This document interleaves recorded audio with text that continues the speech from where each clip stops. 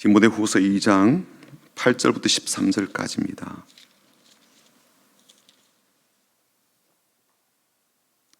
디모데후서이고요. 2장입니다. 8절부터 13절까지 보겠습니다.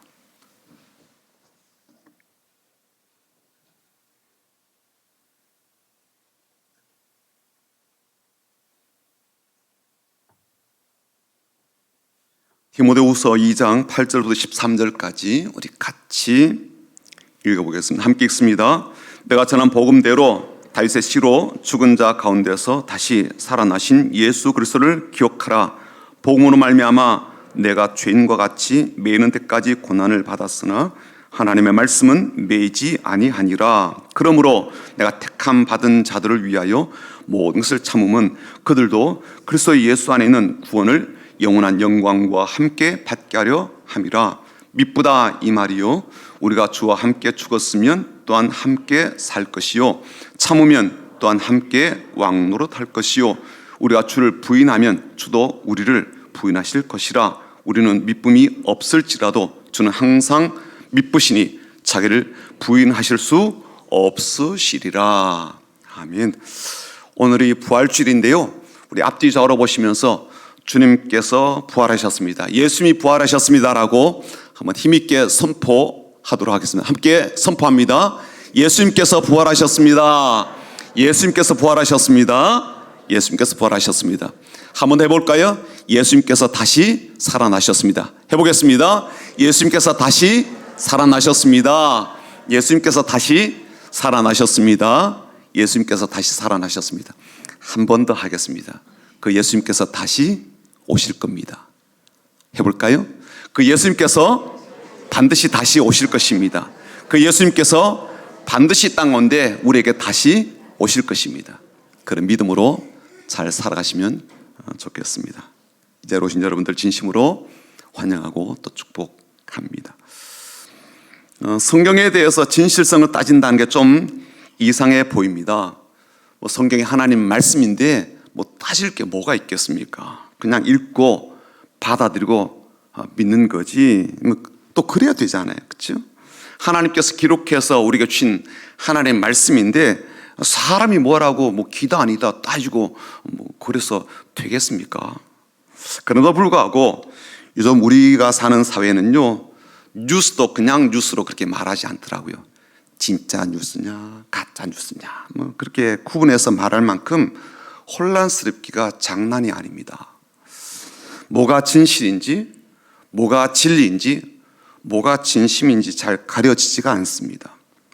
의료 대란이 있었죠. 보스 대란까지 있었고요. 지금 물가 대란 속에 우리가 살고 있습니다.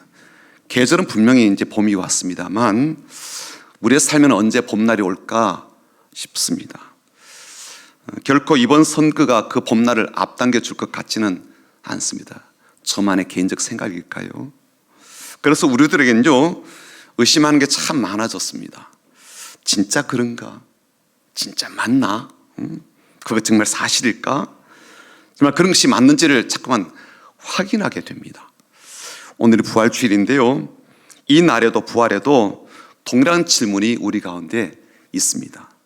정말 부활한 게 맞나? 정말 다시 살았다고 하는 게 그게 사실일까? 저는 부활을 의심하는 게요, 교회에 다니는 신자로서 아주 잘못하고 있는 것이다라고 그렇게 폄훼하지는 않습니다. 왜냐하면 예수님의 제자들도 그랬으니까요.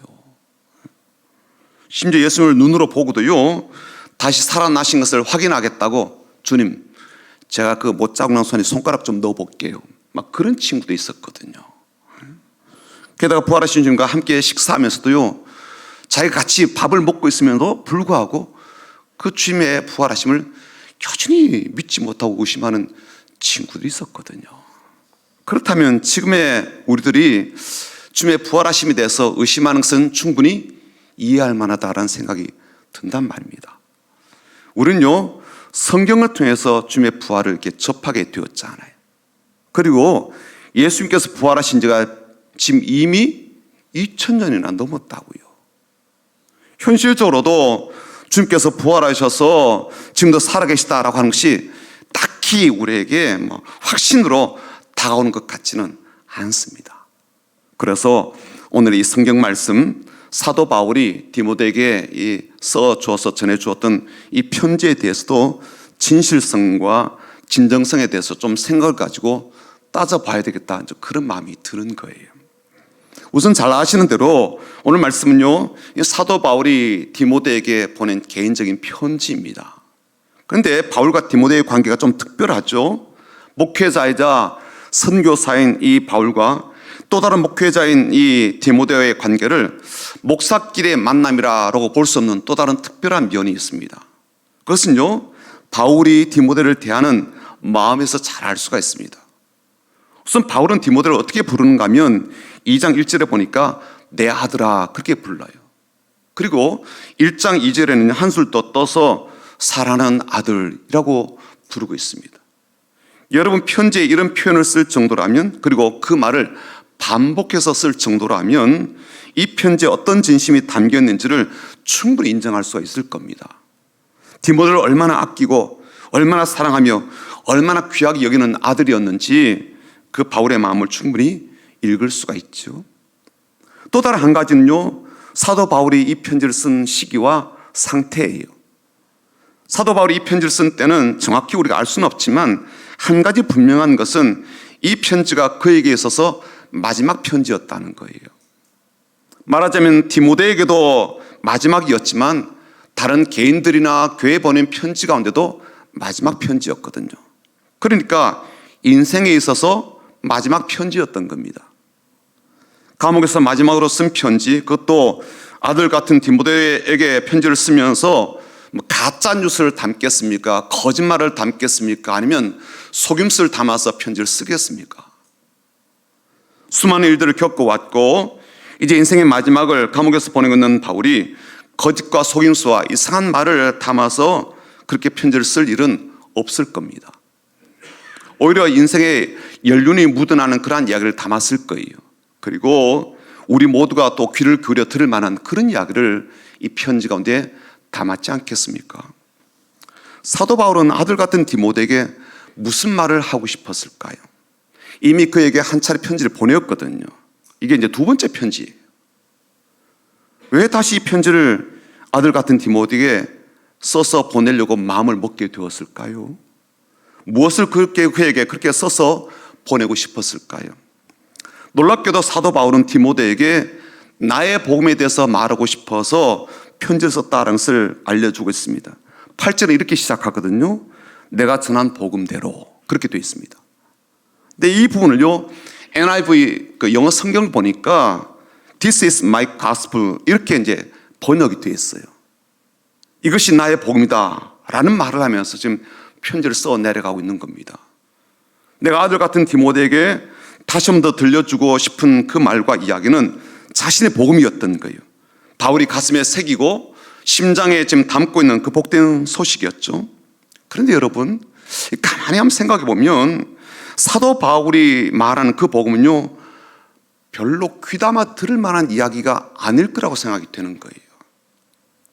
복음은 본인은 아무리 내가 이 복음이다, 나한테 너무너무 좋은 소식이다 라고 표현을 해도요, 마음에 그렇게 와닿지가 않는 거예요. 왜냐하면 바울이 처한 지금 형편이 본인이 전하는 복음하고는요 전혀 반대되는 모습이기 때문이거든요. 지금 그는 감옥에 갇힌 상태에 있습니다. 범죄자로 취급을 받고 있고요, 또 쇠사슬에 매인 상태 속에 있습니다. 9절이 바로 그런 상태를 본인 스스로 이야기를 해요. 9절에 보면 이렇게 돼 있거든요. 내가 죄인과 같이 매이는 데까지 고난을 받았으나. 그러니까 영어로 보게 되면요 훨씬 이해가 쉽고 그 상황이 어떤지를 잘 알 수가 있습니다. I am suffering even to the point of being chained like a criminal 이렇게 돼 있어요. 범죄자처럼 사슬에 매여 있고요, 지금도 그 고통을 겪고 있다는 거예요. 인생을 폭망한 듯이 그렇게 범죄자로 취급받고 있는 사람이, 그리고 지금도 감옥에 갇혀 있는 사람이, 사슬에 매여 있어서 조금도 움직이지 못하는 사람이 나의 행복, 나의 기쁨, 나의 복음을 이야기한다고 했을 때 그 말이 잘 수긍이 되겠습니까? 게다가 지금 그는요 모든 것을 참고 인내하고 있다라고 말을 합니다. 10절 한번 보십시오. 그러므로 내가 택함 받은 자들을 위하여 모든 것을 참음은. 바울은 지금 행복을 누리고 있는 게 아니에요. 어떻게 하고 있습니까? 참고 있대요. 견디고 있다는 거예요. 기쁨의 기본 상태가 아니라 모든 것을 지금 인내하고 있답니다. 감옥 안에서 죄수가 온갖 고통을 참으면서 들려주고 있는 그 말이 자신의 가슴에 담고 있는 복음 때문이라 그렇게 말을 하더라도요, 디모데에게 이 말이 제대로 들릴까 싶어요. 디모데에게 그 말을 마음으로 받아들이도록 그렇게 한다 할지라도 그게 받아들여질까 싶단 말이죠. 사실 우리들의 행동의 주된 동기는요, 앞으로 어떻게 되어질까라는 전망입니다. 사람들은 현실을 보고 행동하는 것 같지만 실상은요, 앞으로 내게 주어질 전망, 예측을 따라서 행동하게 되지 않습니까? 좋은 일이 있을 거다, 성공이 예상이 된다, 혹은 대박이 날 거다라고 딱 기대가 되면요, 사람들의 발걸음은 그쪽으로 이제 움직이거든요. 그렇죠? 하지만 전망이 흐려요. 어두워요. 그러면 많이 망설여집니다. 그리고 급기야 포기하거나 아니면 거절을 하게 되죠. 지금 바울이 보여주는 것이 디모데에게 어떤 전망과 예측을 불러일으키겠습니까? 사도 바울은 지금 나이가 많은 상태에서 또 지금은 감옥 안에서 중죄인으로 취급받아서 쇠사슬에 매여 있습니다. 비참하지 않습니까? 얼마나 버틸 수 있을까라는 연민이 드는 상태 아니겠어요? 도와줄 수가 없도록 없을수록 더욱더 동정하는 마음이 커지는 그런 상황입니다. 게다가 이런 마음도 들 수가 있을 거예요. 젊어서 예수님 만나서 평생 주님 위해 산다고 동분서주하면서 모든 고난은 혼자 독박을 쓰듯이 그렇게 감당을 하였는데, 그런 삶의 결과가 이런 것이라면 누가 그렇게 살고 싶을까라는 거예요. 그런 인생이라면 누가 그의 복음을 복음이라고 받아들이겠습니까? 사도 바울이 말하는 그 복음은 특별히 젊은이들에게는요, 더욱더 할 말이 아닌 것 같다라는 생각이 드는 거예요. 그리고 그런 생각과 마음의 결론은 자연스럽게 그의 말을 건성으로 듣게 되거나 적당하게 응대하고서 나는 내 생각대로 사는 거죠. 그분의 삶은 그분이 생각한 대로 사는 거고, 나는 나대로 사는 게 마음 가운데 자연스럽게 결정으로 내려지지 않겠냐고요. 그런데요, 좀 이상한 면이 있습니다. 왜 자기의 삶이 그럼에도 불구하고 그토록 사랑하는 아들 같은 디모데에게 자기의 복음을 들어보도록 사도 바울이 이렇게 말을 하고 있는가라는 점이에요. 이제 삶의 여정에 이제 끝자락에 와 있는 이분이 무슨 의도에서 디모데에게 진지함을 넘어서서 간절함으로 오늘의 이야기를 다시 편지에 써서 보냈을까라는 겁니다. 들어보고 살펴야 될 중요한 것이 담겨 있겠구나라는 생각이 좀 들지 않아요? 그의 온 마음을 담아 전하는 그 말을 한 번쯤은 우리가 좀 진지하게 들어볼 필요가 있다는 생각이 들지 않습니까? 게다가 자신이 가장 사랑하는 아들에게, 또 아들 같은 이에게 한 말이라면 더더욱 한번 들어보아야 되지 않겠습니까? 그가 말한 나의 복음, 나에게 들려진 복된 소식, 나에게 가장 큰 복과 기쁨이 되는 것이 무엇인지를 좀 알아보긴 해야 되지 않겠습니까? 바울이 전한 자신의 복음은요, 첫 번째는 예수님께서 다시 살아나셨다라는 복음이에요. 여러분, 죽은 사람이 살아났다는 것은요, 참 믿기 힘든 이야기입니다. 왜냐하면 이 세상에서 그렇게 죽었다가 살아난 사람이 없기 때문에 그래요. 가끔 텔레비전에서 기상천외한 이야기를 우리가 보거나 듣게 됩니다. 영안실에 있는 시신이 다시 깨어났다는 둥, 혹은 이제 장례식 중에 관 두드리는 소리가 들려서 그렇게 열어봤더니 그 사람이 살아났다는 둥, 이런 이제 이야기를 들을 때 우리가 느끼는 감정은 어때요? 웃기는 소리 하지 마라, 이런 거잖아요. 그렇죠? 죽은 자가 살아났다라는 것은요, 과학적으로도 역사적으로도요, 우리 상식에도요, 맞지 않는 이야기라고요.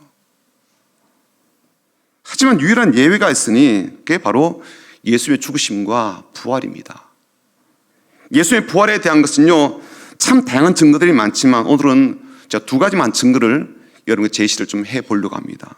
첫 번째는요, 예수님께서 자신이 하신 말씀이 바로 그 증거예요. 이 세상에 거의 대부분의 사람들은 예수님을 나쁘게 보는 사람 없습니다. 사기꾼이라고 혹은 거짓 교주라고 인간의 탈을 쓴 악마라고 생각하는 사람은 없어요. 그러므로 예수님께서 거짓말을 하실 분이라고 생각하는 사람은 없다는 이야기예요. 그런데 그런 예수님께서 살아계시는 동안 공공연히 하신 말씀 중에 하나가 뭐냐면 내가 죽었다가 사흘 만에 살아날 거야 라는 사실을요 제자들에게 수시로 이야기했거든요. 예수님 자신의 비참한 죽음도 예고하셨지만 자신의 사흘 만에 다시 살아날 것도 예언을 하셨습니다. 그 예수님께서 거짓말을 하셨겠습니까? 아니죠. 예수님요 거짓말을 하실 분이 아니시잖아요. 어떤 분들이 이렇게 말을 해요. 예수님 자신이 죽었다 살아난다 라는 말을 한 적이 없는데 제자들이 예수님을 신격화하는 그러한 과정에서 예수님께서 하신 말씀처럼 그렇게 기록해서 퍼뜨렸다 그렇게 말을 하는 사람도 있습니다. 그런데 여러분, 자신이 하는 거짓말을 퍼뜨리면서 자신이 한 그 말 때문에 순교를 당하는 어리석은 사람이 이 땅에 있을까요? 예수님께서 부활했다는 소식을 전한 것 때문에 얼마나 많은 사람이 순교했는지 몰라요. 비참한 죽음을 맞이했죠. 예수님의 제자들은요, 이 요한을 제외하고는 모두 그 부활의 복음을 전하다가 처참하게 죽음을 당했습니다. 여러분, 세상에 참 많은 종교들 있지 않아요? 그 종교 가운데 자신의 스승을 신격화하다가 또 그것을 거짓말로 부활했다라고 그렇게 알리다가 처참하게 그 제자들이 다 죽어나간 종교가 있어요, 없어요? 없다고요. 그런 종교는 없어요. 그렇죠? 불교도 그렇지는 않거든요. 이슬람도 알라를 믿지만 그렇지는 않아요. 수많은 종교가 아무리 고상하고 그래도요, 이런 이야기는 없다고요. 자기 스승을 신격화하려고 하다가 거짓된 걸 전하다가 스스로 죽는다?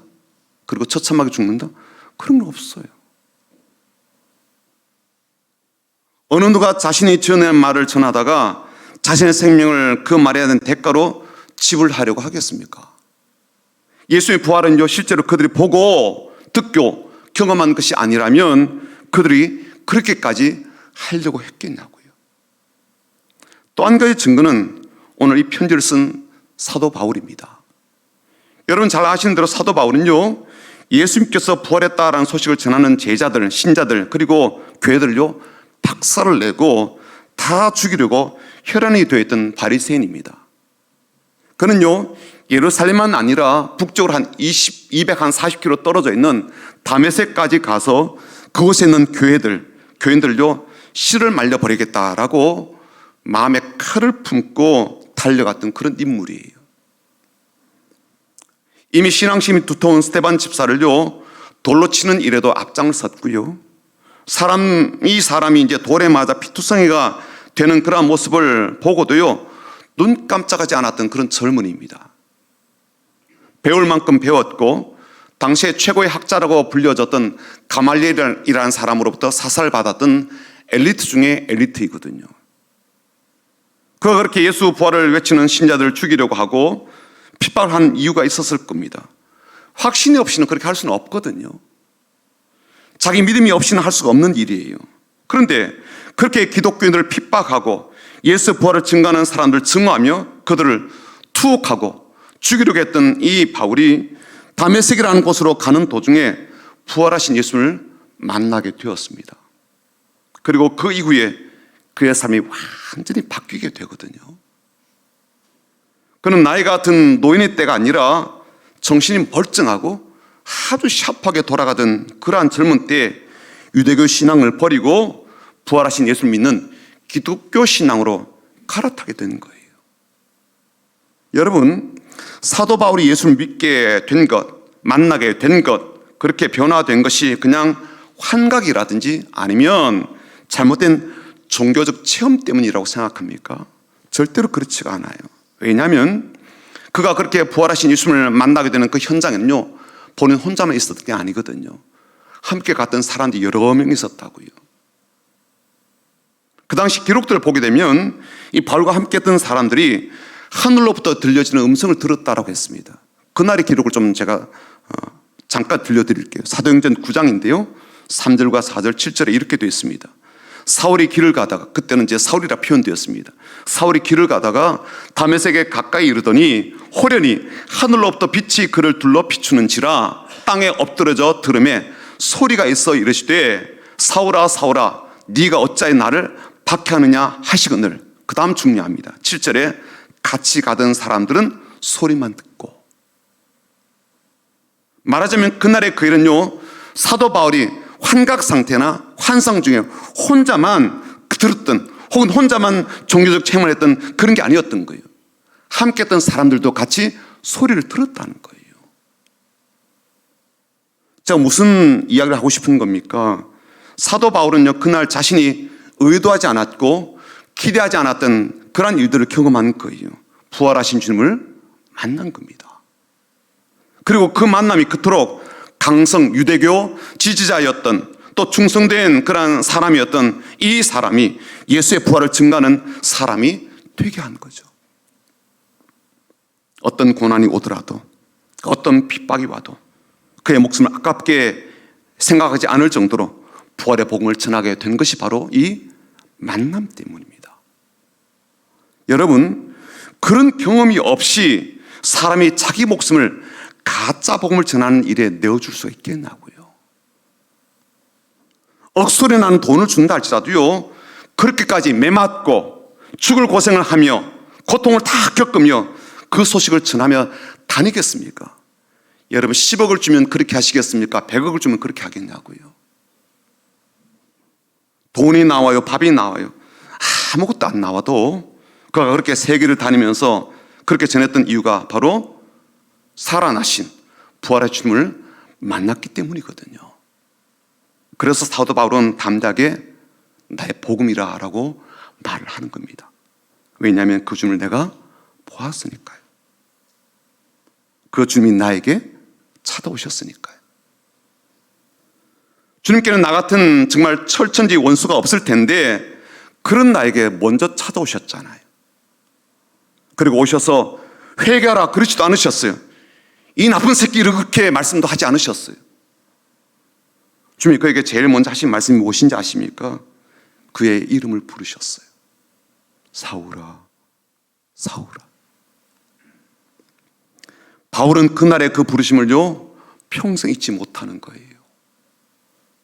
자기를 찾아오신 주님, 그리고 자기 이름을 불러주신 주님.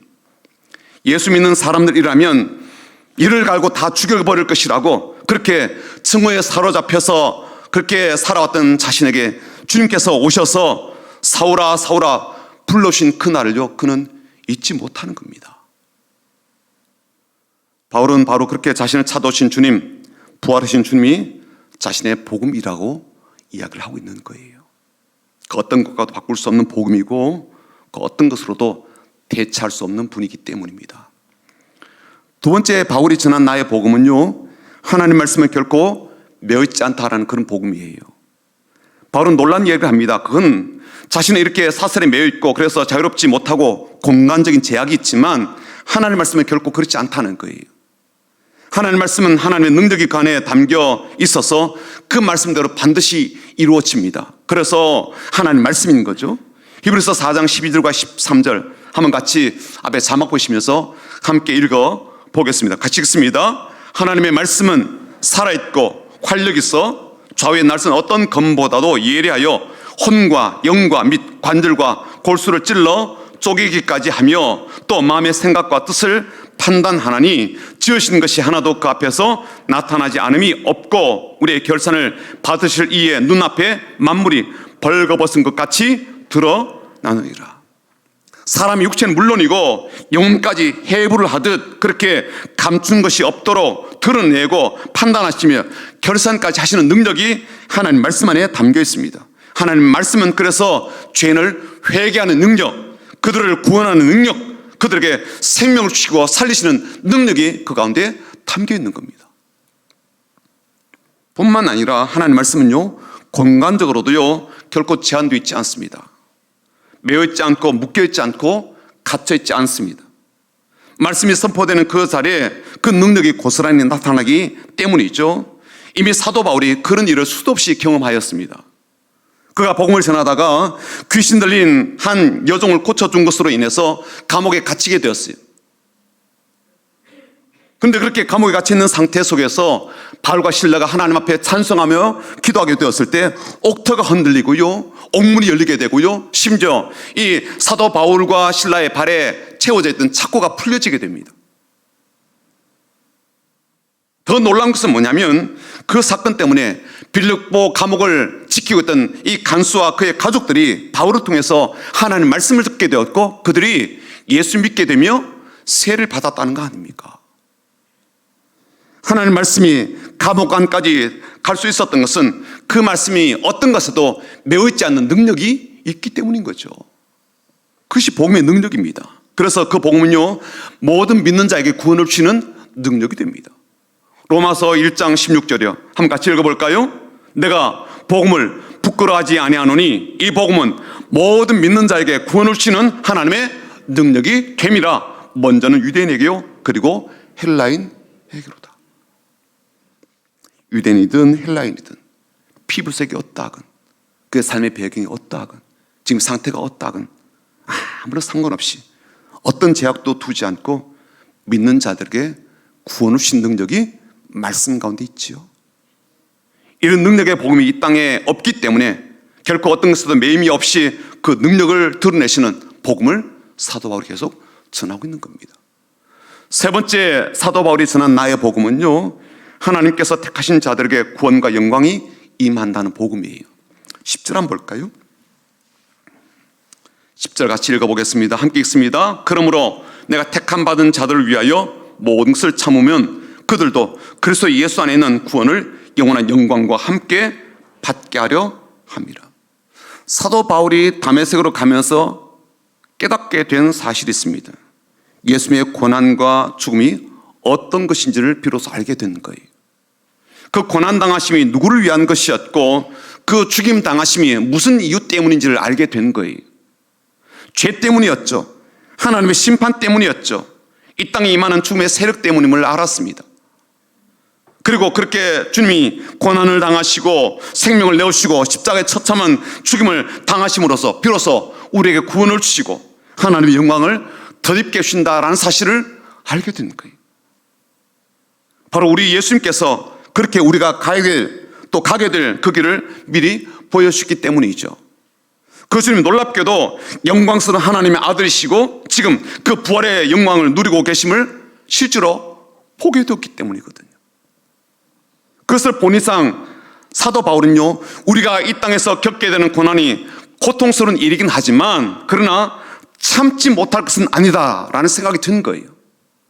그의 말 한번 들어볼까요? 뭐라고 고백했습니까? 로마서 8장 18절입니다. 생각하건대 현재의 고난은 장차 우리에게 나타날 영광과 비교할 수 없도다. 고린도후서 4장 17절 말씀 한번 읽어볼까요? 시작. 우리가 잠시 받는 환난에 경한 것이 지극히 크고 영원한 영광에 중한 것을 우리에게 이루게 함이니. 제가 현대어 성경으로 좀 번역된 걸 가져왔어요. 같이 한번 볼까요? 지금 우리가 겪는 일시적인 가벼운 고난은 비교할 수 없을 정도로 영원하고 크나큰 영광을 우리에게 이루어 줍니다.